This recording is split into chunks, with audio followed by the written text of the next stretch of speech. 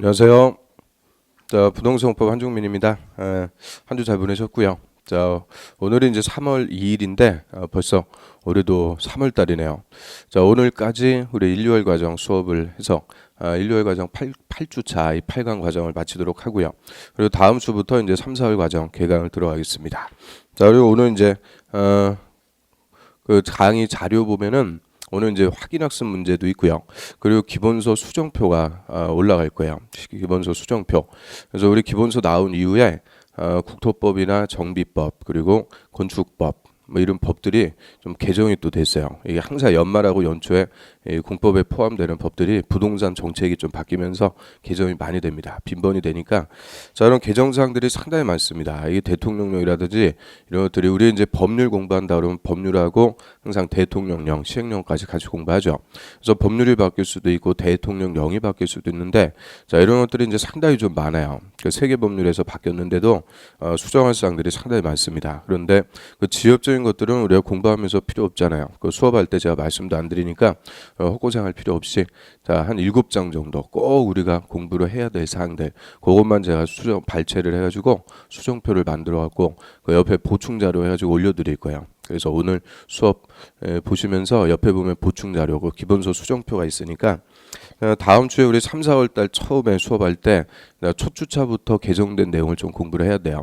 이번에 이제 국토법에서 도시군관리계획 위반 제한 관련해서 좀 바뀌었고요.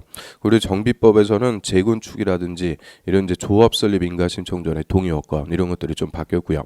건축법에서는 이제 이행강제금 이런 제도가 좀 바뀌었기 때문에 자, 그런 바뀐 내용 가지고 수업을 해야 됩니다. 그리고 항상 매년 그 바뀐 거 알고 있느냐 물어봐요.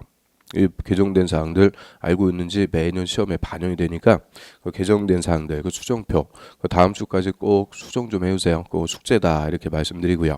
자, 오늘은 이제 1, 2월 과정 다 마무리 짓겠습니다. 건축법 다 끝내고 주택법까지 싹 마무리 짓고요.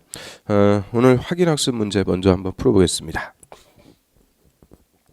자, 1번 문제 보면은 주요 구조부, 이 건물의 구조상 중요 부분을 주요 구조부다라고 하고요. 6가지가 있죠. 내력벽, 기둥, 바닥, 보, 지붕, 틀, 주, 계단, 내기, 바보, 지주 이 6개를 주요 구조부라고 하고요. 그다음 이번에 건물의 용도 중에서 공동주택, 우리 공동주택 하면은 4가지 있죠. 아파트, 연립, 다세대, 기숙사. 근데 기숙사는 뭐 큰 의미가 없으니까요. 그 아파트, 연립, 다세대. 자, 그것만 물어봤습니다. 자, 아파트는 주택으로 쓰이는 층수가 5계층 이상인 주택이고요. 연립주택, 다세대주택 둘 다 4계층이었는데 660제곱미터 초과 큰 거면은 연립, 660 이하 작은 거면은 다세대가 되죠. 그다음 3번에 건축에 관해서 가로에 들어갈 것. 그럼 건축한다 그러면은 5가지 얘기하죠. 신축, 중축, 개축, 재축. 마지막 거 2축이 아니고 2전. 그래서 5가지가 있고요. 신축부터 봐요. 첫 번째 신축. 건물이 없는 대지. 근데 철거나 멸실된 대지 포함해서 자, 없는 대지에서 새로 건물 축조한다. 이게 원칙 신축. 근데 부속 건축만 있는 대지에 주된 건물 축조하는 것도 신축. 그리고 철거나 멸실된 대지에서 개축, 재축하는 것은 제외한다. 이 말은 종전 규모를 초과했다. 그죠? 종전 규모 초과해서 짓게 되면 그것도 신축이 되고요. 그 다음 두 번째는 중축. 기존 건물이 있는 대지에서 면적 높이 층수 이런 거 늘렸다. 즉 더 짓는 것을 중축이라고 하고요. 개축과 재축은 뒷부분 같아요. 종전 규모의 범위로 건물 다시 축조하는데 자, 원인만 다르죠. 철거해서 다시 지면은 개축, 개철이라고 그랬어요. 그리고 멸실돼 가지고 다시 지면은 재축이 되죠. 그리고 마지막에 이전. 이전은 주요 구조부 해체하지 않고 같은 대지에서 다른 위치로 옮기는 것이다라고 합니다. 그 다음에 4번. 자, 대손이란 건물의 구조나 외부 형태를 수선 변경 증설하는데 중축, 개축, 재축 즉 건축에는 해당하지 않는 것이다. 이 건축에는 미치지 않는 건축법 적용하는 행위를 대손이다라고 하고요. 이 대손은 총 9가지 행위가 있는데 제가 제일 중요한 거 3개 핵심만 딱 써놨어요. 자, 1번은 그냥 벽 아니고 내력벽. 내력벽을 증설 해체하거나 자, 증설 해체할 때는 면적 무관, 면적에 상관없이 대수함. 근데 30제곱미터 이상 수선 변경하는 것이다. 수선 변경할 때만 30제곱미터 이상이 되죠. 그다음 2번에 기둥을 증설해체하거나 역시 증설해체할 때는 개수 무관, 개수에 상관없이 대수함. 그리고 3개 이상 수선 변경할 때, 그래서 수선 변경만 3개 이상을 요구하고요. 그다음에 3번에 건물의 외부 형태를 바꾸는데 대손이 된다. 자, 이거는 미관지구 안에서만 대손이죠. 그다음 5번으로 합니다. 건물 건축하거나 대손하려는 자는 자, 원칙적으로는 시장, 군수, 구청장, 시군 구청장의 허가를 받아야 되죠. 다만 층수가 21층 이상 또는 연면적 10만 제곱미터 이상. 자, 이거 대형 건물이라고 그래요. 이런 대형 건물을 특별시, 광역시에서 건축할 때는 특별시장, 광역시장에게 직접 건축허가 받습니다. 그래서 건축허가권자 원칙 시군 구청장 예외 특별시장, 광역시장 절대 허가권자가 될 수 없는 것이 도지사가 되죠. 도지사는 허가권자가 안 돼요. 그 다음에 6번에 건축허가나 착공을 제한할 수도 있죠. 건축허가 못 내주게 제한할 수 있는데 자, 제한 기간은 3년이 아니고 2년 이내가 원칙, 그리고 1회 1년 연장할 수 있습니다. 그래서 최장 3년까지 건축허가 제한할 수가 있고요.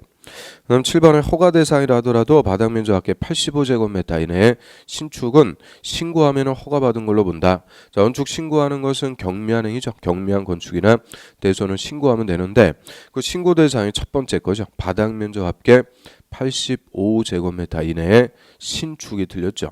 중축, 개축, 재축 새로 짓는 게 아니고 더 짓거나 다시 짓는데 면적이 85 이하면 신고하면 되고요. 그 다음 8번 건축법령상의 도로란 보행과 자동차 통행이 가능한 너비가 4m 이상 도로 또는 예정도로를 말한다. 그래서 이 세 가지 요건을 실질적 요건이라고 그래요. 그리고 형식적인 요건, 도로법 같은 법에서 고시가 됐다든지 허가권자가 공고를 해줘야 건축법상의 도로가 되죠. 고시 또는 공고가 있을 때 건축법상의 도로가 되고요. 자, 9번의 건물과 담장은 지표의 위 또는 아래 부분에서 건축선의 수직면을 넘어가서는 안 된다. 일단 수직면 얼선 금지다 이렇게 얘기하는데요. 건축선이라는 게 뭐야? 건물 지을 때 넘어갈 수 없는 선, 건축 한계선을 건축선이다라고 하고 자, 원칙적으로 건축선은 대지와 도로의 경계선에 있다고 그랬죠. 대지 도로의 경계선에 건축선 두고 건물 지을 때 도로 쪽으로 넘어가지 마라 함으로써 이 도로를 보호하게 한 제도를 건축선이다라고 하고요. 그래서 이 건물은 지표면 위에서는 건축선의 수직면 넘어가면 안 되죠. 즉 건물 아래든 위에든 건축선 넘어가면 안 되는데 어디서는 넘어갈 수 있어요? 지표 아래 부분. 지하에서는 도로 보호 목적이 없으니까 건축선 넘어갈 수 있다고 그랬죠. 그래서 지표 위 아래, 그 아래 부분이 틀렸어요. 지표 아래에서는 건축선의 수직면을 넘어갈 수가 있고요.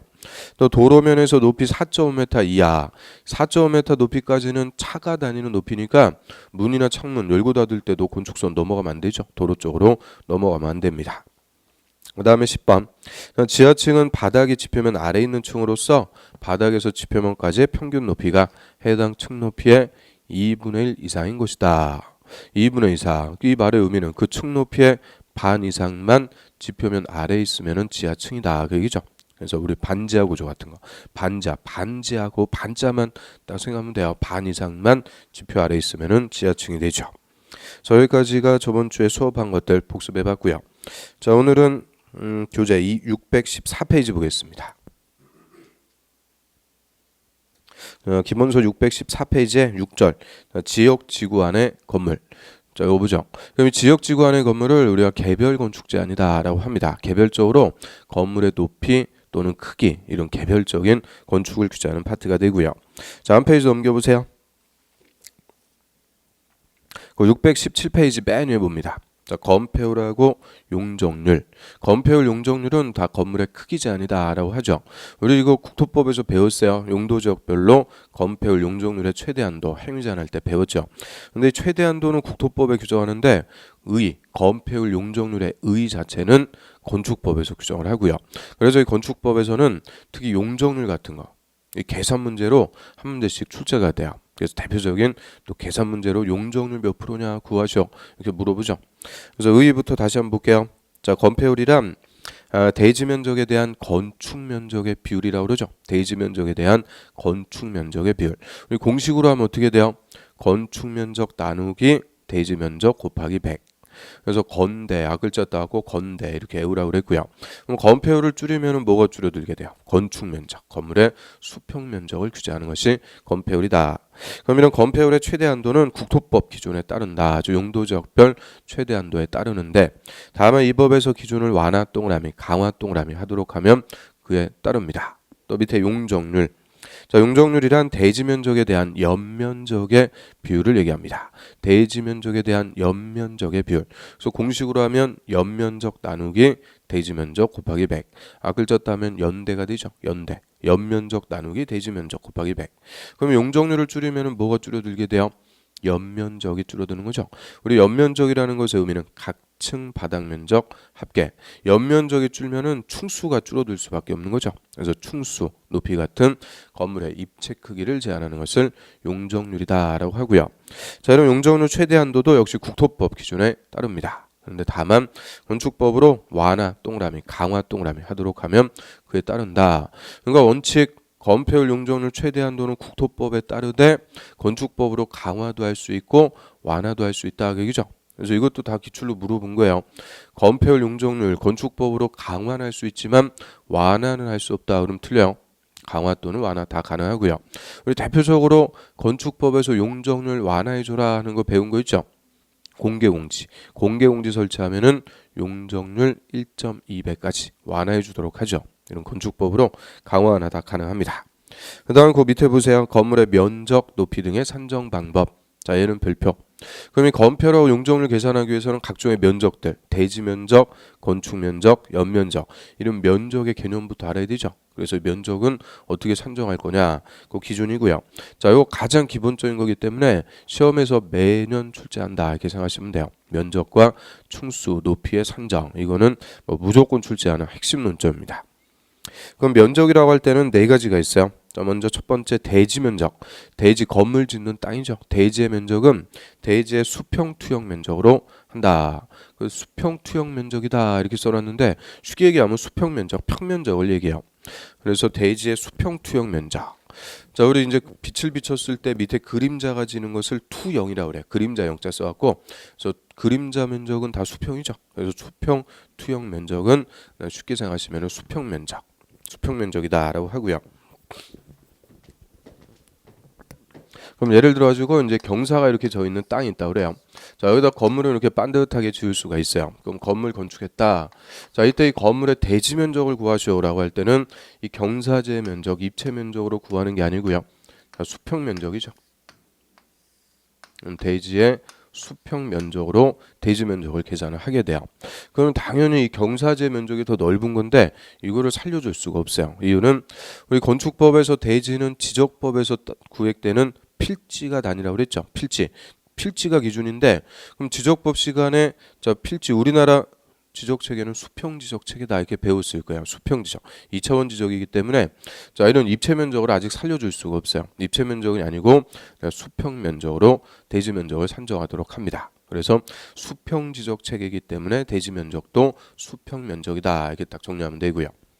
그래서 딱 끊으시고 다음에 해당하는 면적은 제외다. 즉 대지 면적에서 빼버려요. 그래서 첫 번째 법 46조 1항 단서 즉 건축선 후퇴에 따라서 대지의 건축선이 정해진 경우 그 건축선과 도로 사이의 부분 즉 건축선이 후퇴한 부분은 대지 면적에서 제외다 이렇게 써놨는데 자 이거 관련해서 우리 저번 주에 배운 거 있죠. 자, 원칙적으로 건축선은 대지와 도로의 경계선. 그런데 일정한 경우에는 대지 안쪽으로 건축선이 후퇴하는 경우가 있었죠. 그 중에 하나 배웠어요. 소요너비 미달 도로에 접한 대지. 자, 너비 4m 미만인 도로하고 접하고 있는 대지는 도로의 소요너비 4m 확보를 위해서 자동 대지 안쪽으로 건축선이 후퇴가 되죠. 양쪽 대지에 접해 있다 할 때는 중심선에서 양쪽으로 소요너비의 2분의 1. 근데 반대편에 하천, 철도, 경사지 이런 게 있고 한쪽만 대지더라 할 때는 하천 등 이쪽 도로 경계선에서 소요너비만큼 후퇴시킨 선을 건축선으로 하게 되죠. 그래서 이 소요너비 확보를 하기 위해서 소요너비 미달도로에서 건축선이 후퇴가 됐다 다 뭐가 돼버려요? 도로가 된다고 그랬죠. 도로가 되니까 대지 면적에서는 다 빼버리게 돼요. 자, 그거 얘기합니다. 대지 안쪽으로 건축선이 후퇴가 되면 후퇴한 부분은 도로의 편입, 대지 면적에서 제외가 된다 그 얘기고요. 그 다음에 두 번째, 대지의 도시군계획설인 도로나 공원이 걸치게 되면 그 도시군계획설에 포함되는 부분도 대지 면적에서 제외입니다. 그럼 예를 들어서 여기 이제 대지가 이렇게 있고요. 자, 이번에 도시군관리계획으로 자, 일대 공원이 설치되기로 결정이 됐다 그래요. 그러면 이 공원이라는 기반서를 설치하기로 결정하면 그때부터 도시군계획시설이라고 부르고요. 자, 이 대지의 요만큼은 도시군계획시설 부지에 편입이 됐죠. 이거 나중에 시설사업 시행하게 되면은 시행자가 뭐 해버려요? 수용하죠. 수용해서 뺏어가게 되니까 이런 수용당할 시설 부지에 포함된 부분, 이것도 처음부터 대지 면적에서 빼주도록 합니다. 그 다음에 한 페이지 넘겨보세요. 이제 두 번째, 건축 면적. 자, 건축 면적은 건축물의 면적입니다. 하나의 건물의 면적. 그래서 건물의 면적이니까 건물의 제일 바깥벽이죠. 외벽의 동그라미. 건물의 외벽이 없을 때는 외곽 기둥의 중심선 동그라미 별표. 중심선의 수평 투영 면적을 한다. 딱 끊고요. 그럼 건축 면적이 뭐예요? 이렇게 물어봤어요. 그럼 건물의 제일 바깥벽이죠. 외벽의 중심선의 수평 면적입니다. 이렇게 얘기하면 돼요. 그래서 건축 면적 예를 들어서 하나의 건물을 이제 건축한다 그래요. 자, 이렇게 이제 건물을 건축한다라고 하면 저희 건물의 면적 이거를 건축 면적이라고 그래요. 그럼 일반적으로는 건물이 외벽이 있으니까 이 외벽의 중심선의 수평 면적, 이 면적이 건축 면적인데, 자, 이거를 좀 확대시켜 갖고 보겠습니다. 자, 그리고 이제 단면을 잘라 갖고 보면은 외벽이 일정한 두께를 가지고 건축이 되죠. 자, 여기 이제 외벽 두께라고 그래요. 그럼 건축 면적 계산할 때 외벽의 외부선, 내부선 아니고 중심선을 따로 그린다, 그죠? 중심선 따로 그려가지고 저희 중심선으로 둘러싸인 부분의 수평 면적을 건축 면적으로 합니다. 그래서 중심선이니까 외벽 두께 반은 건축 면적에 포함, 반은 버린다, 그 얘기고요. 자, 일반적으로는 외벽의 중심선. 그런데 우리 정자같이 기둥으로만 서 있는 건물이 있을 수도 있죠. 자, 이렇게 기둥 4개 있고 위에 이제 지붕으로 덮여 있는 정자 같은 이런 기둥으로만 존재할 때도 마찬가지예요. 외곽 기둥의 중심선. 이 중심선 그래가지고 중심선으로 둘러싸인 부분의 수평 면적. 이 면적을 건축 면적으로 계산을 해요. 그래서 외벽이 있으면 외벽의 중심선이고 외곽 기둥이 있으면 외곽 기둥의 중심선의 수평 면적을 건축 면적으로 계산을 합니다. 그리고 밑에 보시면은 건축 면적 산정의 특례 해가지고 이 건축 면적 산정 관련해서 많아요. 특례들이 많은데 그 중에서 옆 페이지에 자, 3번 다음의 경우에는 건축 면적에 산입하지 않는다. 자, 그거에서 1번 첫 번째 점 그거 하나만 봅니다. 이 건축 면적에서 무조건 빼버리라 그 얘기죠. 그래서 첫 번째 지표면으로부터 1m 동그라미 1m 이하의 부분, 자, 오늘 건축 면적에서 무조건 제입니다. 그러면 우리 외벽의 바깥쪽으로 돌출되어 있는데 지표면에서 높이 1m 이하의 부분이다. 자, 이거 뭐 생각해 보면 될까요? 계단 같은 거 생각하시면 되죠. 우리 현관에 들어가기 위해서 계단을 설치하는데, 자, 계단은 당연히 외벽의 바깥으로 돌출이 되죠. 건물 바깥으로 튀어나온단 말이에요. 그런데 이 계단 부분의 높이가 1m 이하면 그 계단 부분 튀어나왔다고 건축 면적에 산입하는 게 아니다, 그 얘기죠. 그래서 계단 같은 거 1m 이하의 부분은 건축 면적에서 다 빼준다. 나머지 것들은 다 지역적인 거니까 필요 없어요. 그거 하나만 딱 정리하고요. 그 다음 맨 밑으로 합니다. 바로 3번의 바닥 면적. 자, 바닥 면적과 건축 면적을 잘 구분하셔야 돼요. 바닥 면적은 건물의 각층 동그라미 또는 일부 동그라미로서 벽이나 기둥 기타 단위 구역의 역시 중심선 동그라미 별표로 둘러싸인 부분의 수평 면적이다. 딱 끊으시고요. 그럼 바닥 면적은 각층이나 일부의 면적을 구체적으로 지칭할 때 바닥 면적 이렇게 표현을 하는 거죠. 그래서 예를 들어서 자, 니은자형으로 생긴 건물이 있다고 그래요. 자, 여기 이제 4층짜리 건물이 있다 가정하고요. 그럼 일단 이 건물의 건축 면적 구하시오. 그러면 어떻게 돼요? 건축 면적은 제일 바깥벽이죠. 외벽의 중심선의 수평 면적. 그래서 이 건축 면적은 하나의 건물에서 딱 하나만 나오는 거예요. 가장 바깥벽의 중심선의 수평 면적. 그런데 자, 구체적으로 이 건물 1층의 면적을 얘기하려고 그래요. 그럼 이때는 1층의 바닥 면적 이렇게 표현해요. 또 2층의 바닥 면적, 3층의 바닥 면적, 4층의 바닥 면적, 이런 각 층의 면적을 구체적으로 지칭할 때는 바닥 면적 이렇게 얘기하죠. 그럼 바닥 면적과 건축 면적은 같아요, 달라요? 같을 수도 있고 다를 수도 있죠. 뭐 1층이나 2층의 바닥 면적은 건축 면적 같아요. 그런데 3층과 4층의 바닥 면적은 건축 면적하고 다르죠. 그래서 각 층의 면적을 구체적으로 지칭하거나 또는 요 4층 부분을 뭐 401호, 402호 두 세대로 구획했다. 그요 402호의 면적 요거는 뭐가 되겠어요? 역시 건물의 일부의 면적이니까 402호의 바닥 면적이다 이렇게 표현하죠. 그래서 이런 각 층 또는 일부의 면적을 구체적으로 지칭할 때는 바닥 면적 이렇게 표현하고요. 그 우리 학원에서 강의하는 강의실의 면적 이것도 보겠어요? 강의실의 바닥 면적 이렇게 표현하면 되죠. 그럼 강의실은 다 벽으로 돼 있으니까 벽에 역시 무슨 선이냐? 중심선의 수평 면적으로 계산하면 돼요. 근데 우리가 이 벽 두께 이거 알 수가 있어요, 없어요? 몰라요. 그래서 이 중심선은 설계도를 봐야만 나오는 치수가 돼요. 그래서 건축법은 건축 면적이든 바닥 면적이든 다 중심선 치수를 기준으로 합니다. 그래서 각 층이나 일부의 중심선의 수평 면적을 바닥 면적이다라고 하는데, 자, 이 바닥 면적은 일부의 면적이기 때문에 산정 방법이 더 많아요. 한 페이지 넘겨보세요. 그 1번부터 11번까지 이제 12번까지 하나 더 추가돼 갖고 엄청 많습니다. 그래서 일부가 바닥 면적에 포함되냐 제외되냐 요 산정 기준이 많은데, 자, 많다고 뭐 우리 시험에 다 물어보는 건 아니고요. 1번부터 한 6번 정도 그 정도까지 시험에서는 물어봐요. 1번부터 6번까지인데, 자, 오늘은 이제 3개만 할게요. 1번, 3번, 5번 딱 3개만 훑어보겠습니다. 1번 한번 보세요. 자, 벽이나 기둥의 구획이 없는 건물 짬이출. 벽이나 기둥의 구역이 없다 이 말은 중심선으로 계산이 안 된다 그 얘기고요. 이때는 그 지붕 끝에서 수평거리 1m 동그라미 1m를 후퇴한 선의 수평 투영 면적을 바닥 면적으로 계산한다라고 하는데, 이런 벽이나 기둥의 구역이 없는 건물 우리 주유소 생각하시면 돼요. 주유소에 주유기계 위에 지붕이 있고요. 지붕 중간에다가 철골 구조물로 딱 받쳐놨어요. 그리고 여기 밑에 이제 주유기계 있다 이렇게 딱 가정해 봅니다. 그러면 자, 이 지붕이 있다는 것은 건물의 부분이다 그 얘기인데, 이 지붕 부분의 바닥 면적 구하시오. 그러면은 이거 중심선으로 하면 0이죠. 0. 0이니까 못 구해요. 그래서 이 벽이나 기둥의 구역이 없다 이 말이 한마디로 중심선으로 계산이 안 된다 그 얘기죠. 이때는 간단하게 이 지붕 끝에서 안쪽으로 1m씩, 자, 이쪽도 1m, 끝에서 1m씩을 후퇴한 선의 수평 면적, 이 면적을 지붕 부분의 바닥 면적으로 계산을 해라 그 얘기죠. 그래서 벽이나 기둥의 구획이 없다, 즉 중심선으로 계산이 안 될 때, 이때는 지붕 끝에서 1m씩을 후퇴해서 바닥 면적 산정하고요. 그 다음에 3번에 피로티 구조라고 그래요. 피로티 구조 밑줄. 그럼 필로티라는 말이 그리스 말로 기둥을 얘기합니다. 필롯. 그래서 피로티 기둥 구조의 부분은 저 밑에 줄에 그 부분이 공중의 통행 동그라미 1, 차량의 통행 동그라미 2. 이 공중이나 차량의 통행에 쓴다, 도로에 쓴다 그 얘기고요. 또 주차의 전용 동그라미 3, 주차장이거나 공동주택 동그라미 4. 공동주택일 때는 바닥 면적에서 제외입니다. 산입하지 않는다. 특히 마지막 거 단독주택으로 슬그머니 바꿔놓으면 틀려요. 공동주택일 때는 바닥 면적에서 제외인데, 우리 피로티 구조의 부분은 주변에 이제 빌라 같은 거, 연립주택 같은 거 보시면 돼요. 연립이나 다세대 주택 보면 1층 부분을 기둥으로만 세워가지고 주차장으로 쓰고 있는 거 우리가 많이 볼 수가 있죠.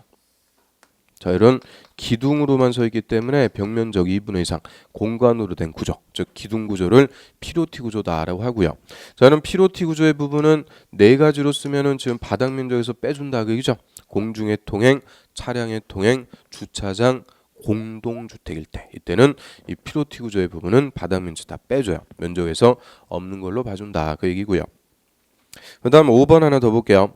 자, 공동주택으로서 지상층에다 설치하는 기계실, 전기실, 놀이터, 조경설, 또 생활 폐기물 보관함, 자, 이런 부분의 면적도 다 바닥 면적에서 제외입니다. 그럼 우리 아파트의 기계실, 전기실, 놀이터 이런 것들을 부대설이나 복리설이다 이렇게 얘기하고요. 그 놀이터의 면적 아파트 바닥 면적에 포함하겠어요? 안 하죠. 이런 부대설이나 복리설은 다 바닥 면적에서 제외시켜 줍니다. 그래서 자, 이 정도 하고요. 그 다음 이제 옆 페이지로 와보세요. 가로 4번의 연면적, 거기다 별표. 자, 면적에서는 연면적 가지고 제일 잘 물어봐요. 연자는 합이라고 그랬어요. 그래서 연면적은 하나의 건물에서 각 층 바닥 면적 합계, 그 밑줄 각 층 바닥 면적 합계로 하되 딱 끊습니다. 그럼 각 층 바닥 면적이 합계니까, 자, 이 건물의 1층 바닥 면적이 100, 2층도 100, 3층 50, 4층도 50. 그럼 이 건물은 연면적이 얼마가 돼요? 다 합친 거니까 300제곱미터다. 그죠? 이런 각층 바닥 면적을 다 합친 면적, 그거를 우리 연면적이다라고 하고요. 연면적은 주로 이제 용적률 계산할 때 산정하는데, 자, 용적률 산정할 때 밑줄, 용적률을 산정할 때는 다음의 면적은 제외다. 그러니까 용적률 계산할 때 빼주라는 겁니다. 그 중에서 3번하고 4번은 우리 아직 안 배웠으니까 됐고요. 1번하고 2번 이거 두 개 가지고 제일 잘 물어봐요. 자, 1번 보면 지하층의 면적, 지하층. 그럼 지하층 면적은 용적률 계산할 때는 빼줘요. 왜 빼줄까요? 자, 용적률은 충수를 규제하는데 지하층은 충수에 포함 안 한다. 그러니까 충수 규제하는 용적률 계산할 때는 지하층은 없는 걸로 빼주는 거죠. 또 두 번째, 지상층의 주차장으로 쓰는 면적, 주차장 면적. 이것도 다 빼줘요. 왜 그럴까요? 한마디로 주차 문제가 심각하죠. 건물마다 주차 공간이 부족하니까 주차장 많이 설치할 수 있게끔 주차장 면적 다 빼주도록 합니다. 그래서 일단 그 두 개, 지하층하고 주차장 면적, 이런 부분은 용적률 계산할 때는 빼준다. 그러면 반대 해석하면 원칙 지하층이나 지상층의 주차장 면적은 연면적에 포함하는 거예요, 제외하는 거예요? 포함하는 거예요. 포함하는데 뭐를 계산할 때만 빼주는 거라고요? 용적률을 계산할 때만 빼주는 거예요. 무조건 빼주는 게 아니고 용적률 몇 프로 이거 계산할 때만 빼주도록 하는 거죠. 그 다음 밑으로 갑니다. 두 번째, 건물의 높이의 산정인데, 건물의 높이는 지표면에서 건물 상단까지의 높이, 건물의 상단은 옥상 바닥을 얘기해요. 저 지표면에서 상단까지인데, 다만 자, 높이 계산할 때 건물 1층 전체 피로티가 설치되어 있으면은 그 60조나 61조, 즉 높이 제한 적용할 때 피로티의 층고는 제외한 높이, 피로티의 층고는 제외한 높이로 산정합니다. 그러면 자, 원칙적인 건물의 높이는 지표면에서 건물 상단, 자, 이게 원칙 건물의 높이라고 그래요. 그런데 자, 이렇게 1층 전체를 피로티 구조로 했다. 이때는 피로티 부분은 빼고 나머지만 건물의 높이로 산정을 해라, 그 얘기입니다. 높이에서 빼줘야 된다, 그 얘기죠. 그럼 좀 전에 이 피로티 구조의 부분을 주차장으로 쓰면은 무슨 면적에서 빼줬어요? 바닥 면적에서 뺀다 그랬죠. 바닥 면적에서 빠지면 바닥 면적 합계가 연면적이니까 연면적에서 당연히 빠지게 돼요. 그래서 자, 주차장으로 쓰게 되면은 면적에서 빼주고 높이에서 다 빼주니까 한마디로 없는 걸로 봐주겠다, 그 얘기입니다. 그래서 가급적이면은 1층 구조를 무슨 구조로 해갖고 피로티 구조로 해서 이런 주차 공간을 확보하자, 이런 목적으로 다 빼주도록 하죠. 면적 높이 다 빼줍니다. 높이는 뭐 그 정도 하면 되고요. 넘겨보세요. 가로 4번에 층고 봅니다. 층고. 자, 층고는 층 높이를 얘기해요. 층의 높이. 저 층고란 방의 바닥 구조체 윗면 동그라미로부터 위층 바닥 구조체 윗면 동그라미까지의 높이란다. 저 층고 물으면 간단하게 윗면부터 아랫면까지의 높이다, 이렇게 바꿔주니까 키워드는 그거예요. 윗면부터 윗면까지의 높이, 그거를 층고다라고 하는데, 자, 우리 이제 건물 건축할 때 하중을 받기 위해서 바닥 구조체가 일정한 두께로 건축이 돼요. 자, 이렇게 이제 바닥 구조체가 건축이 되는데, 자, 그럼 층고라고 할 때는 방의 바닥 구조체 윗면이요. 위층 바닥 구조체 윗면부터 윗면까지의 높이니까 이 바닥 구조체 두께를 다 포함하는 것이 층고다, 그죠? 우리 천장 위에 안 보이는 것까지 다 포함시키는 높이를 층고라고 그래요. 자, 항상 이 층고는 윗면부터 윗면까지다. 윗면부터 윗면까지 높이를 얘기하고요. 그 다음 가로 5번의 충수. 자, 얘는 별표. 충수. 건물의 충수를 산정하는데 그 동그라미 1번의 네 번째 줄. 지하층은 충수에 산입하지 않는다. 이거 맨날 물어봐요. 지하층은 밑으로 들어가니까 눈에 안 보이죠? 그래서 건물 충수에 산입하지 않습니다. 건물의 충수는 지상층만을 대상으로 하고요. 또 옆에 이제 동그라미 2번.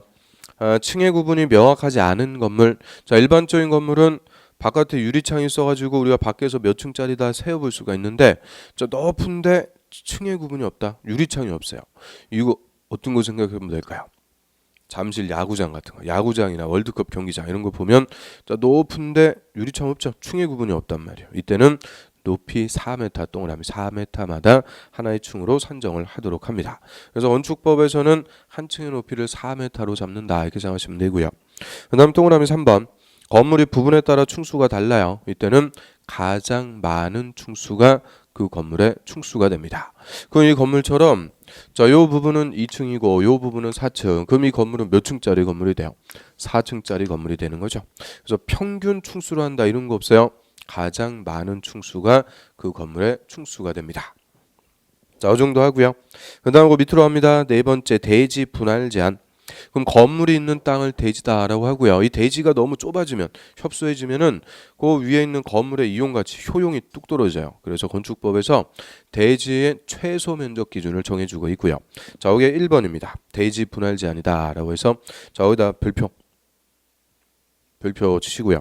자, 건물에 있는 대지는 다음 범위에서 조례가 정하는 면적에 못 미치게는 미만으로 분할할 수 없다. 그래서 한마디로 대지는 조례가 정하는 면적에 미만으로 분할할 수가 없습니다. 그런데 이 조례가 정하는 이제 기준 면적이 박스에 나오죠. 자, 박스 1번 주거지역은 60제곱미터 이상에서 조례로 정합니다. 그럼 주거지역에서 조례로 50 이렇게 정하면 돼요, 안 돼요? 안 되죠. 60 이상, 60으로 할 수도 있고 70으로 할 수도 있고 80으로 하도 할 수 있고 하여튼 이 조례가 정하는 면적에 미만으로 분할해서는 안 되는 거죠. 그러면 주거지역에서는 조례가 정할 수 있는 최소 면적이 한마디로 얼마예요? 60.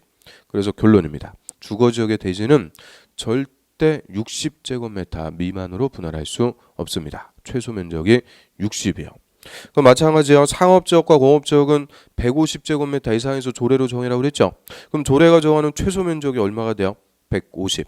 따라서 상업 공업지역의 대지는 150제곱미터 미만으로 절대 분할할 수 없습니다. 최소 면적이 150이다. 그 얘기고요. 그 다음에 녹지지역은 200. 나머지 기타 지역은 60. 그래서 그 박스 용도지역별로 써있는 면적이 한마디로 대지의 최소 면적입니다. 대지의 최소 면적 기준이고요. 자, 얘는 건축법에 규정하는데 국토법, 개발법, 정비법 모든 부동산 관련 법규에서 다 쓰는 기본적인 기준입니다. 그래서 반드시 외우셔야 돼요. 주거 60, 상업공업 150, 녹지 200, 나머지 60이다. 그래서 반드시 외우셔야 되고요. 자, 그 다음에 넘어갑니다. 자, 대지의 공지 기준 나오는데 이거 필요 없어요. 자, 넘겨보세요. 627페이지로 합니다. 맨 위에 건물의 높이 제한 이렇게 나오죠. 자, 건물의 개별적으로 높이를 규제하는데 우리 건축법에서는 두 가지로 규제합니다. 먼저 가로구역별로 건물의 높이를 규제를 해요. 그래서 가로 2번에 보면은 가로구역별 높이 제한이라고 써 있는데 자, 우리 가로구역이라는 것도 매주 나오는 것 같아요. 가로구역이란 도로로 둘러싸인 일단의 대지. 자, 이렇게 사면이 도로로 둘러싸인 대지를 가로구역이다라고 하고요. 자, 여기 딱딱 이제 도로로 구획이 돼 있으니까 소위 블록이라고 그러죠. 그럼 도로의 너비나 용도 지역 이런 거 고려해서 자, A블록에서는 40m까지만 건물 지으세요. 이런 식으로 허가권자가 높이를 지정을 해요. 그럼 그 높이에 초과하는 건물 못 짓게 되죠. 그래서 이 가로구역을 단위로 건물의 높이를 지정해서 건물의 높이를 제한할 수도 있어요. 이게 작년까지는 이 높이 지형이 없을 때 1.5배 대각선으로 제한받는다 이런 건축법의 규정이 있었는데 그게 없어졌어요. 삭제가 됐기 때문에 이제 가로구역에서 높이 제한은 뭐 큰 의미는 없어요. 그래서 기본적인 것만 좀 보면 자, 동그라미 1번에 자, 허가권자는 가로구역을 단위로 그 밑에 줄에 건물의 높이를 지정 공고할 수 있다. 그럼 가로구역별로 높이 누가 정한다고요? 허가권자가 지정하면은 그 높이에 초과하는 건물 못 짓게 되는 거예요. 그 다음에 그 동그라미 3번 보세요. 얘가 24회 때 정답 지문이었는데 자, 허가권자는 같은 가로구역에서 건물의 용도 동그라미, 형태 동그라미 따라서 자, 건물의 높이를 다르게 정할 수 있습니다. 그럼 같은 가로구역에서는 건물의 높이를 다르게 정할 수 없다? 틀려요. 같은 가로구역이라도 얼마든지 건물의 높이를 다르게 정할 수 있는 거죠. 용도별로, 형태별로 다 다르게 정할 수 있고요. 자, 넘어갑니다. 자, 바로 3번의 일조권 확보를 위한 높이 제한. 자, 얘는 별표. 자, 높이 제한에서는 이제 일조권을 위한 높이 제한이 핵심입니다.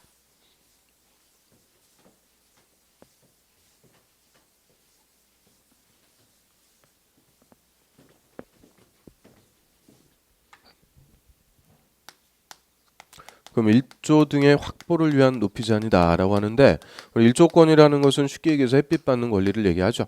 그래서 햇빛 받을 수 있게끔 건물의 높이를 규제를 하게 돼요. 그래서 두 가지 책입니다. 첫 번째 전용 주거지역과 일반 주거지역. 이 전용 주거 일반 주거지역에서는 자, 이거 주거지역 주택가니까 가장 기본적인 건물 주택의 일조권을 위해서 모든 건물입니다. 모든 건물의 일조권을 위해서 높이를 제한한다 그래요. 그래서 일단 이 체계를 확실하게 정리하셔야 돼요. 자, 모든 건물에 대해서 일조권에서 높이 제한하는 지역이 어디다? 전용 일반 주거지역입니다. 준주거지역 이런 거 해당 사항 없어요. 전용 주거, 일반 주거지역은 모든 건물에 대해서 일조권에서 높이 제한하고요. 자, 원칙. 자, 이거는 이제 기존 주택가라고 그래요. 예전에 조성되어 있는 기존 주택가. 그래서 원칙, 전용 일반 주거지역에 건물 지을 때는 정북방향 인접대지 경계선으로부터 건물 높이에 따라서 일정 거리 이상 띄어서 건축하도록 해요.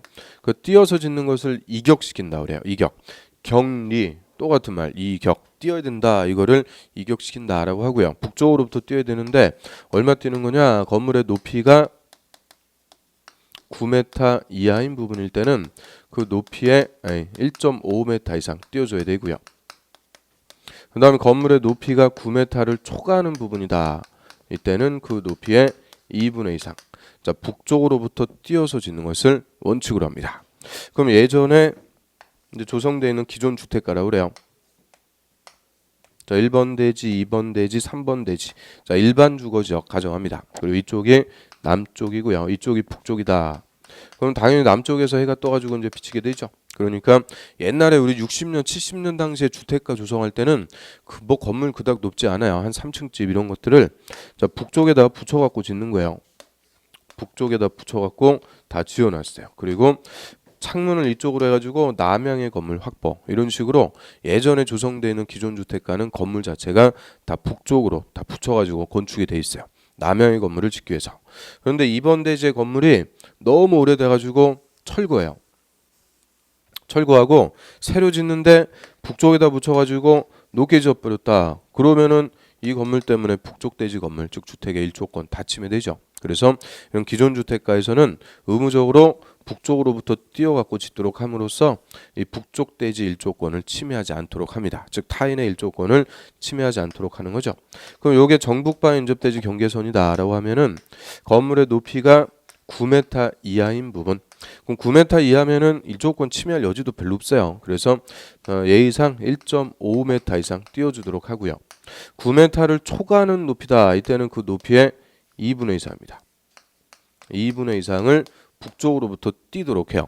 그럼 2분의 1이니까 요 10m 하면은 5m 띄어야 되고 12m 하면 6m 이상 띄워줘야 되죠. 그래서 이 같은 건물이라도 9m 이하인 부분은 1.5m 이상 띄면 되는데 9m를 초과할 때는 대각선으로 제한받아요. 그 높이의 2분의 이상을 북쪽으로부터 띄워줘야 돼요. 그래야 이 건물 때문에 북쪽 대지 건물의 일조권이 침해가 안 된다. 그 얘기죠. 그래서 의무적으로 북쪽으로부터 띄어서 건축하는 것을 원칙으로 합니다. 그럼 이거는 타인의 일조권을 침해하지 않기 위해서 최소한으로 띄어라 하는 얘기고요. 비합리적이에요. 그래서 이게 이제 이 동네 너무 오래돼갖고 싹 철거해버리고 재개발한다 그래요. 다시 재개발 들어갑니다. 그럼 대지를 싹 조성해가지고 이제 건물도 다시 짓게 되는데 요새 이제 새로 개발하는 지역들은 옛날같이 북쪽에다가 붙여갖고 건물 짓는 거 아니에요? 이제는 남쪽을 기준으로 남쪽에 붙여갖고 건물 짓게 돼요. 그러면은 내 건물의 그림자가 나의 대지에 지는 거죠. 타인의 일조권을 그만큼 침해하지 않습니다. 그래서 자 이제 새로 개발하는 지역들 예외라고 그래요. 새로 개발하거나 다시 개발, 재개발하는 이런 신도시 개념일 때는 정북이 아니고 정남방향 인접대지 경계선으로부터 띄어서 할 수 있다. 예외를 줍니다. 즉 남쪽으로부터 띄어서 할 수 있다. 이 말은 남쪽에 붙여가지고 일정 거리 이상 띄어라 그 얘기죠. 그래서 자 원칙은 정북으로부터 뛰는 거예요. 타인의 일조권 침해하지 않게 해서 북쪽으로부터 뛰는데 아예 새로 개발하는 지역은 합리적인 정남으로부터. 그래서 이제 현대는 일조권 개념이 있으니까 정북에 붙이는 게 아니고 남쪽을 기준으로 할 수 있는 예외를 주죠. 그래서 자 원칙 정북 예외 정남.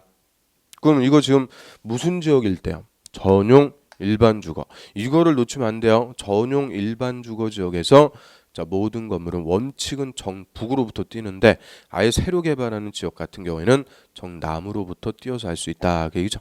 자 교재 한번 보고 확인할게요. 그 동그라미 1번에 자, 여기 전용 주거 일반 주거 지역에서의 높이 제한이라고 그래요. 모든 건물이라고 그랬죠. 모든 건물. 자, 기역번. 자, 전용 주거 일반 주거 지역에서는 이제 일조권에서 높이 제한하는데 그 니은번 봅니다. 자, 니은번. 전용 주거 일반 주거 지역에 건물 건축할 때는 건물 각 부분을 정북 방향, 정북 동그라미 정북 방향 인접대지 경계선으로부터 다음 범위에서 조례가 정하는 거리 이상을 띄어서 건축해야 된다. 자, 띄어서 건축해야 된다. 이걸 두 글자로 이격 떨어뜨려야 된다. 그죠? 자, 북쪽으로부터 띄어서 건축해라 했는데 얼마를? 박스에 높이 9m 이하인 부분일 때는 1.5m 이상, 9m 초과할 때는 그 높이의 2분의 4. 그 밑에 그림처럼 같은 건물에도 달라요. 9m 이하면 1.5m 이상이고 9m 초과면은 2분의 1. 대각선으로 제한받죠. 북쪽으로부터 뛰어가지고 이런 정북 대지의 일조권을 침해하지 않도록 합니다. 그런데 옆 페이지로 와보세요. 리을범. 자, 이게 예외 신도시 개념이죠. 리을. 자, 다음에 해당하면은 위의 규정에 불과하고 건물의 높이를 정남 동그라미 정남 방향 인접대지 경계선으로부터 거리에 따라서 일정한 높이 이하로 할 수가 있다. 그럼 정남 방향 인접대지 경계선으로부터 거리, 이 거리에 따라서 일정한 높이 이하로 할 수 있다. 거리에 따라 높이 이하로 할 수 있다. 이걸 반대로 해석하면 어떻게 돼요? 높이에 따라서 일정 거리 이상 띄어서 할 수 있다. 다 똑같은 말이에요. 똑같은 말인데 표현만 다르게요. 그러니까 다음에 해당할 때는 정남방으로부터 일정 거리 이상 띄어서 할 수가 있다. 남쪽을 기준으로 할 수 있다. 그얘기죠. 어디서? 박스에 A번 택지개발지구, 뭐 신도시입니다. 또 쭉 내려와 보세요. 2번에 도시개발구역, 신도시. 밑에 정비구역, 구도시 재개발. 그래서 A부터 그 F번까지는 다 새로 개발하는 것들이에요. 새로 개발하거나 다시 개발하는 것. 이런 데서는 합리적인 이제 일조권 개념이 있으니까 남쪽을 기준으로 띄어서 할 수 있는 예외를 줍니다. 자, 여기까지가 일단 전용 주거 일반 주거 지역에서의 높이 제한이고요. 그다음에 두 번째. 자, 공동주택도 일조권을 위해서 높이 제한을 해요. 근데 공동주택은 모든 지역이에요. 또 모든 지역에서 일조권에서 높이 제한합니다. 그래서 지역에 상관없이 일조권에서 높이 제한하는 건물은 일단 뭐다? 공동주택, 아파트 같은 거죠. 자, 우리 생각해 보시면은 아파트 앞동하고 뒷동 딱 붙여갖고 지어놓으면 뒷동의 일조권 다 침해되는 거죠. 그래서 아파트 같은 공동주택은 지역에 상관없이 일조권에서 높이 제한하는데요. 근데 여기서 이제 두 개, 중심상업지역과 일반상업지역, 이 두 개 지역은 제외다. 자, 이게 항상 논점이에요. 그리고 시험에서도 맨날 이거 갖고 물어봐요.